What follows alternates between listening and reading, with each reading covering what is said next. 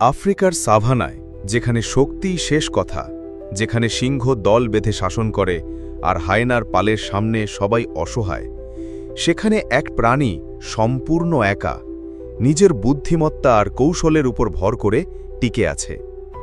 সে হলো আফ্রিকার সবচেয়ে ধূর্ত এবং রহস্যময় শিকারী, লেপার্ড। আজ আমরা জানব কিভাবে এই নিঃশব্দ শিকারী আফ্রিকার সবচেয়ে শক্তিশালী প্রাণীদেরও বোকা বানিয়ে নিজের রাজত্ব কায়েম করে।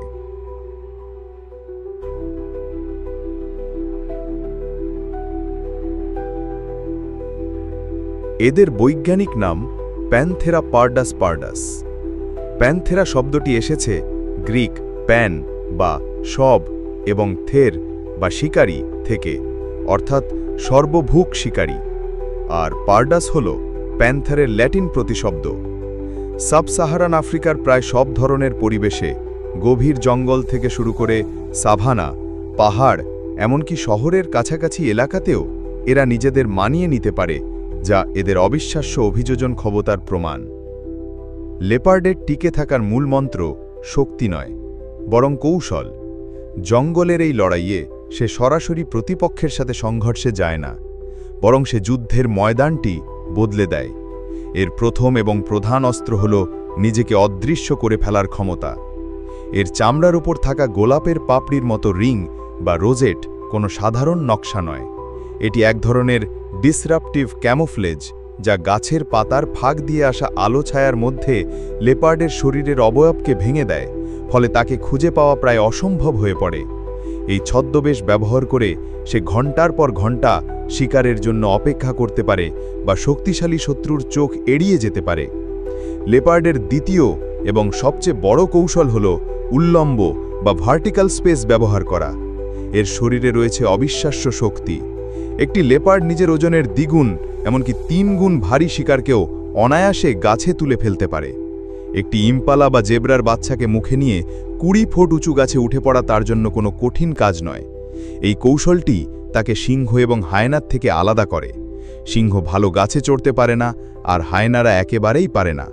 তাই লেপার্ড তার কষ্ট করে শিকার করা খাবারকে গাছের ডালে তুলে রেখে নিরাপদে খেতে পারে। এটি ক্লেপ্টোপ্যারাসিটিজম বা অন্যের শিকার চুরি করার প্রবণতার বিরুদ্ধে তার সেরা প্রতিরক্ষা ব্যবস্থা। তৃতীয়ত, লেপার্ডের খাদ্যতালিকা অত্যন্ত বৈচিত্র্যময়। সিংহ বা হায়নারা যেখানে বড় শিকারের উপর নির্ভরশীল, সেখানে লেপার্ড ইঁদুর, পাখি, গিরগিটি থেকে শুরু করে হরিণ বা অ্যান্টিলোপের মতো বড় প্রাণী পর্যন্ত প্রায় সব কিছুই খায়।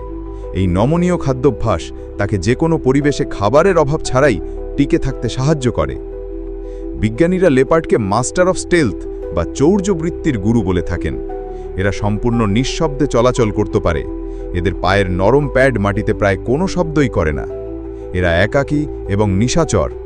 দিনের বেলায় ঘন ঝোপে বা গাছের ডালে লুকিয়ে থাকে এবং রাতের অন্ধকারে শিকারে বের হয়, যা এদের আরও রহস্যময় এবং অপ্রতিরোধ্য করে তোলে। সুতরাং আফ্রিকান লেপার্ড প্রমাণ করে যে টিকে থাকার জন্য সবসময় সবচেয়ে বড় বা শক্তিশালী হওয়ার প্রয়োজন নেই। সঠিক কৌশল, বুদ্ধিমত্তা এবং পরিস্থিতির সাথে মানিয়ে নেওয়ার ক্ষমতাই শেষ পর্যন্ত জয়ী হয়। ভিডিওটি ভালো লাগলে আপনার বন্ধুদের সাথে শেয়ার করুন এবং কমেন্ট করে জানান বন্যপ্রাণীদের কোন কৌশল আপনাকে সবচেয়ে বেশি অবাক করেছে। আর এমন সব দারুণ ভিডিও নিয়মিত দেখতে আমাদের ঘড়িয়াল বাংলা ফেসবুক পেজটি লাইক ও ফলো করে আমাদের পরিবারের সদস্য হয়ে যান।